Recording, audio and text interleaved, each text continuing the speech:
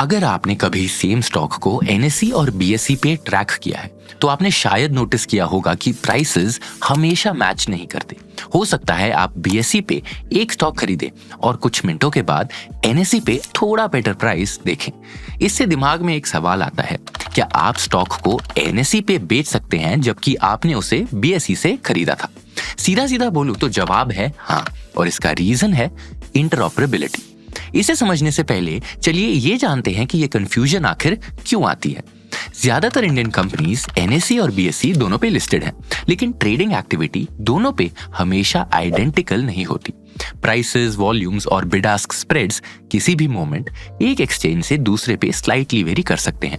यही वजह है कि ट्रेडर्स अक्सर ऑर्डर्स प्लेस करने से पहले दोनों एक्सचेंजेस चेक करते हैं और सोचते हैं कि क्या वो उस एक्सचेंज तक रिस्ट्रिक्टेड हैं जहां उन्होंने इनिशियली ट्रेड किया था। 2019 में इंडियन मार्केट्स में इंटरऑपरेबिलिटी इंप्लीमेंट होने से पहले एनएसई ट्रेड्स को सिर्फ एनएसई क्लियरिंग लिमिटेड या एनसीएल के थ्रू सेटल करना होता था और बीएसई ट्रेड्स को सिर्फ आईसीसीएल के थ्रू। हर एक्सचेंज अपने खुद के क्लियरिंग कॉर्पोरेशन के साथ ऑपरेट करता था, जिसका मतलब था कि सेटलमेंट सिस्टम्स कंप्लीटली अलग थे। इंटरऑपरेबिलिटी ने उस सेटलमेंट स्ट्रक्चर को बदल दिया। ये सारी ट्रेड्स को अलाउ करता है, चाहे वो एनएसई पे हो या बीएसई पे, और चाहे वो इक्विटी सेगमेंट में हो या एफएनओ सेगमेंट में, एक सिंगल क्लियरिंग कॉर्पोरेशन के थ्रू सेटल होने की जो ब्रोकर चूज करता है। यही वजह है कि आप अब एक एक्सचेंज तक टाइड नहीं है। आप एनएसई पे खरीद कर बीएसई पे बेच सकते हैं या उल्टा भी कर सकते हैं। जैसे कि मान लीजिए आप इंट्राडे ट्रेड के लिए एनएसई पे एचडीएफसी बैंक के 100 शेयर्स 990 रुपए के खरीदते हैं और नोटिस करते हैं कि वो बीएसई पे 991 पे ट्रेड कर रहे हैं। पहले आपको इस आर्बिट्राज अपॉर्चुनिटी से प्रॉफिट करने के लिए हर एक्सचेंज पे अलग ट्रेड्स प्लेस करने पड़ते। अब आप इमीडिएटली वो सेम 100 शेयर्स बीएसई पे बेच सकते हैं।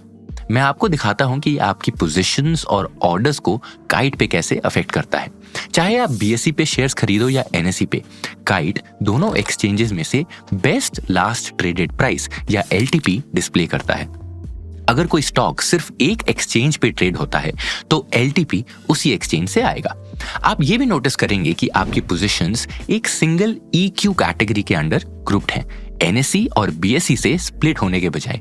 इंटरऑपरेबिलिटी एक्सचेंज वाइज सेपरेशन को अननेसेसरी बना देता है।